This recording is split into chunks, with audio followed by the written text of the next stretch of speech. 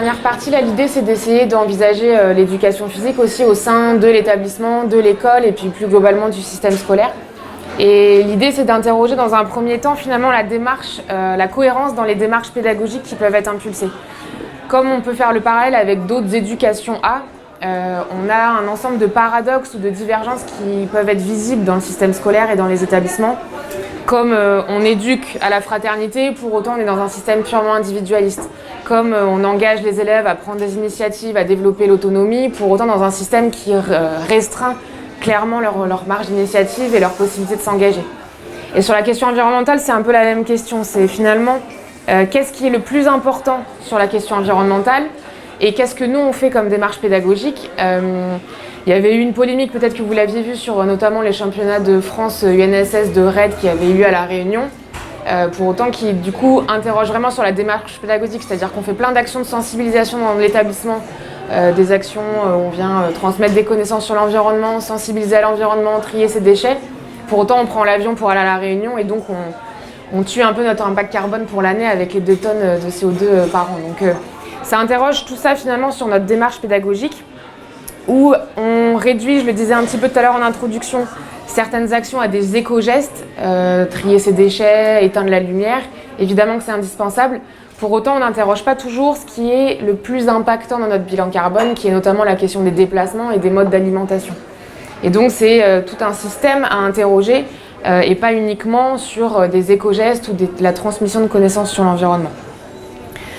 Et donc finalement c'est toujours une forme de dilemme ou en tout cas des formes d'équilibre qu'on peut penser et qui sont un peu périlleux mais qu'on a tous dans le quotidien, dans nos vies personnelles et dans nos vies professionnelles, sur des formes de dilemme entre à quoi est-ce qu'on est prêt, ce à quoi on est prêt à renoncer dans nos loisirs, dans nos pratiques quotidiennes, au profit de l'environnement et pourquoi on veut aussi on veut conserver et ce qu'on veut garder comme expérience à vivre sur cette question environnementale. C'est un peu la question de qu'est-ce qui mérite d'être vécu pour nos élèves en termes d'expérience en pleine nature, en termes de voyage, de séjour. Même si on sait que ça a un impact carbone important, qu'est-ce qu'on est prêt à faire vivre à nos élèves ou qu'est-ce qu'on est prêt à leur faire renoncer par rapport à cette question environnementale. Et ça, c'est clairement une question qui mérite d'être interrogée aussi avec les élèves et à les impliquer concrètement dans ces choix et ces dilemmes. C'est-à-dire de ne pas rentrer dans une forme de culpabilisation constante qu'on peut avoir. Parfois, là, quand vous interrogez des élèves en classe, en fait, dès qu'on leur pose une question sur l'environnement, c'est toujours la faute de l'homme, c'est toujours très culpabilisant comme approche. Et donc, c'est comment aussi on peut les impliquer dans ces choix pédagogiques, sur des voyages scolaires, sur des séjours, pour vraiment les impliquer et sortir de cette vision un peu culpabilisante. Savoir pourquoi est-ce qu'on a fait ces choix-là pédagogiques, pourquoi est-ce qu'on choisit telle activité dans un voyage, quel mode de déplacement, de vraiment les impliquer et d'avoir cet équilibre entre finalement ce qu'on est prêt à vivre ou ce à quoi on est prêt à renoncer. Donc là j'ai mis l'exemple du ski évidemment, qui est une pratique, on le sait, qui a un coût carbone important. Et donc c'est comment est-ce qu'on peut aussi peut-être repenser collectivement ces voyages scolaires un peu traditionnels en EPS pour faire d'autres formes de pratiques, en s'appuyant sur ce qu'a dit Nicolas, sur des formes de pratiques qui sont peut-être plus proches de l'environnement, où on a cette relation directe, où on peut se laisser porter, on n'est pas dans une consommation... on l'a tous vécu, une consommation à outrance parce qu'on a payé notre forfait et qu'on veut aller le plus vite possible et faire le plus de pistes possible. Finalement, on profite même plus de cet environnement, de cette sensation de glisse, de l'ensemble des expériences qu'on peut vivre. Donc c'est comment est-ce qu'on peut repenser les modes de pratique qu'on a dans ces pratiques-là, mais aussi tout le global, c'est-à-dire le mode de déplacement, le mode d'alimentation, et donc voir aussi la démarche pédagogique d'un point de vue global sur tout l'ensemble du voyage ou tout l'ensemble du séjour et pas uniquement sur un apprentissage précis à un moment donné dans l'environnement. Cette idée-là, c'est vraiment dans l'objectif de sortir d'une vision culpabilisante qu'on peut avoir et dans une vision plutôt positive et active, engageante. On a toujours, je sais pas, quand vous regardez des émissions télé ou des gens qui travaillent sur l'environnement, toujours quelqu'un pose la question qu'est-ce que je peux faire moi à mon échelle ? Mais finalement, c'est sortir de cette vision culpabilisante pour proposer des façons de s'engager positives pour les élèves, quoi. Et qu'en fait, cette question environnementale, elle transpire dans l'ensemble des choix pédagogiques qui peuvent être faits sur un séjour, sur un voyage et sur la cohérence d'une démarche pédagogique. Mais cette question-là de la cohérence, elle s'applique aussi dans le cadre du sport scolaire et de l'UNSS. J'ai donné tout à l'heure l'exemple de cette compétition qui avait eu lieu à La Réunion. Mais c'est aussi toute la question dans le monde sportif aujourd'hui. Comment est-ce qu'on repense ou on réinvente le modèle sportif quand on voit tous les déplacements qui sont faits tous les week-ends, toutes les semaines, au niveau amateur et au niveau professionnel. Vous avez tous en tête la réaction de Kylian Mbappé quand on lui a demandé si prendre l'avion pour aller à Nantes, prendre le train justement pour aller à Nantes, c'était une possibilité. Mais le monde sportif en général, et du coup nous aussi le sport scolaire, est à réinterroger sur cette question notamment des déplacements. Avoir un déplacement en bus ou en voiture à chaque week-end ou chaque semaine, ça interroge sur notre impact carbone plus général. Et donc cette question finalement, c'est d'interroger vraiment ce qui est le plus coûteux et d'accepter de s'engager dans quelque chose qui est notamment développé par Lucie Sauvé sur une éducation aussi aux politiques, c'est-à-dire de pas forcément, c'est évidemment pas transmettre une opinion politique aux élèves, mais c'est de les amener à s'interroger sur le système global dans lequel on vit, et donc d'interroger notamment les pôles les plus polluants dans notre mode de vie, que sont, je l'ai déjà dit, mais ce que sont les modes de déplacement et l'alimentation, et aussi d'éduquer les élèves dans cette question de notre système de consommation, notre façon d'habiter, notre façon de consommer, d'acheter, et dans notre rapport global au monde. Ça, c'est des questions qui, à l'école, restent encore assez tabous, ou en tout cas, ne sont pas forcément abordées, cette question-là. Il y a eu encore des polémiques sur l'intervention de lobbies agroalimentaires ou les lobbies de la viande dans certaines écoles, et ça interroge sur notre mode de consommation global et sur la force des lobbies, notamment dans ces questions éducatives. Et comment est-ce qu'on peut dépasser ça pour finalement envisager la question environnementale d'un point de vue global, et pas simplement ces éco-gestes, mais bien d'un point de vue beaucoup plus global, d'éco-citoyenneté critique, et d'éduquer les élèves. Et là, peut-être qu'on sort évidemment un peu du gymnase pour sortir de cette vision très centrée sur les éco-gestes, mais plutôt sur une éco-citoyenneté critique qui interroge aussi les inégalités sociales, les différences de culture, cette question du rapport à l'environnement, et d'envisager tous les choix politiques qui sont faits entre cette question de la responsabilité individuelle, des libertés individuelles et du bien commun et de ces responsabilités collectives. On voit bien que toute la question aujourd'hui environnementale, c'est ce à quoi on est prêt à renoncer dans notre quotidien, dans nos modes de déplacement, dans les voyages qu'on veut faire, dans les loisirs qu'on est capable d'avoir, et la question du bien commun, c'est-à-dire protéger finalement l'environnement dans lequel on fait partie. Et donc ça interroge nos propres loisirs aussi. J'imagine que vous êtes tous aussi sensibles à l'environnement, et donc vous aimez la pleine nature, vous aimez randonner, vous aimez voyager, vous aimez faire du surf, vous aimez faire toutes ces activités de pleine nature qui en même temps sont elles-mêmes peuvent être très polluantes et peuvent interroger sur notre rapport à l'environnement.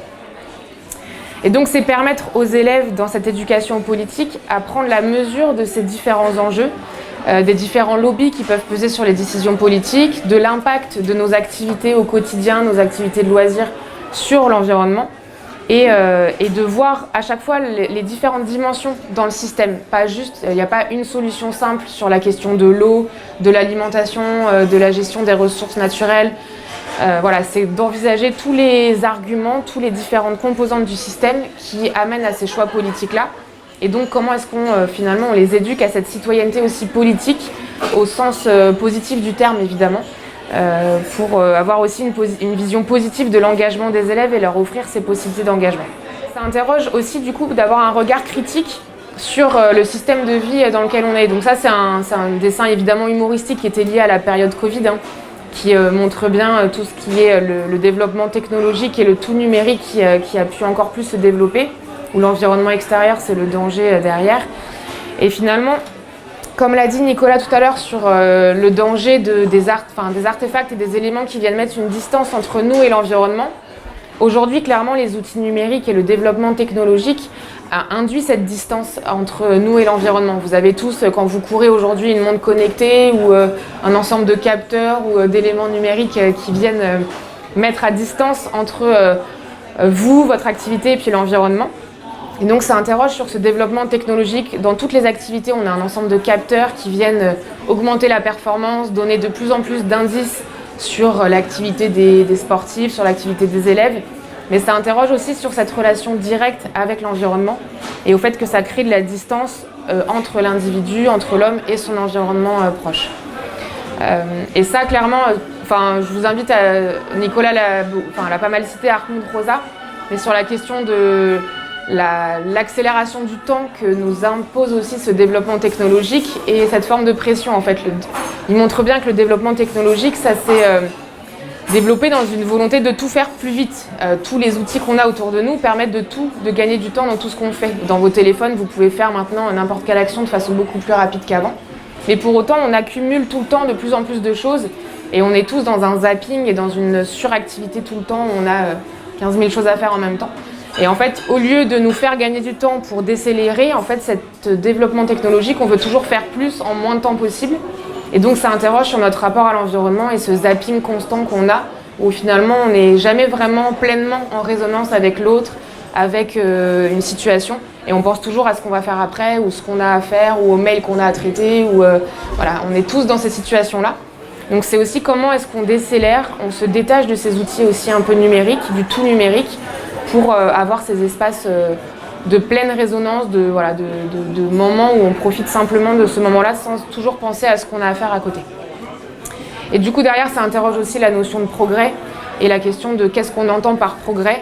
On est dans une société occidentale où on cherche toujours à avoir un développement économique, technologique, qui est basé sur cette question de l'économie, de la finance. C'est aussi comment est-ce qu'on peut envisager, notamment nous, dans le cadre de l'EPS et de l'école, des relations un peu plus progressistes, mais dans d'autres sphères que cette volonté de toujours plus de compétences, plus de connaissances, plus de choses. C'est aussi décélérer et retrouver d'autres espaces un peu plus bienveillants et empathiques notamment.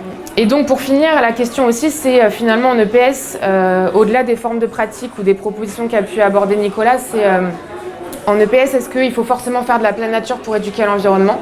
Est-ce qu'on peut faire cette éducation un petit peu aux politiques en gymnase, notamment par des jeux traditionnels ou par des jeux qui invitent à cette question du partage des ressources ou à des éducations un peu plus politiques ?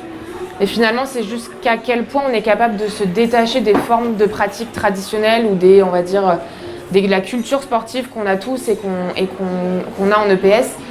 Jusqu'à quel point est-ce qu'on se détache de ces formes qui sont issues de pratiques anthropocentriques, on l'a dit au départ, sur le monde du sport, pour s'emparer de cette question de l'éducation à l'environnement. Est-ce qu'il faut forcément adapter des pratiques culturelles et adapter des formes de pratiques qui vont permettre d'éduquer à l'environnement, mais en sachant que le fond culturel de l'activité en lui-même est anthropocentrique et dans ce rapport de domination? Ou est-ce qu'on va vers d'autres formes de pratiques qui s'éloignent de cette culture traditionnelle? Voilà, ça c'est une question qui peut-être peut faire la suite dans les débats. C'est la question aussi de l'accès direct et j'imagine que la question va être posée puisqu'on est au cœur de Paris et donc l'accès direct à des environnements aussi naturels ou pas trop aseptisés en tout cas. Voilà, donc c'est la question finalement de l'environnement dans lequel on s'appuie sur ces pratiques et des formes de pratiques aussi derrière qui nous permettent d'éduquer à l'environnement. Voilà, j'espère qu'on a essayé de faire un peu un aperçu des différentes sphères et des différents questionnements, nous, qui nous interrogent sur cette question-là. Voilà, j'espère que on va pouvoir échanger surtout. 20h13, on est pas mal sur le timing. Voilà, on est évidemment à l'écoute. Merci beaucoup.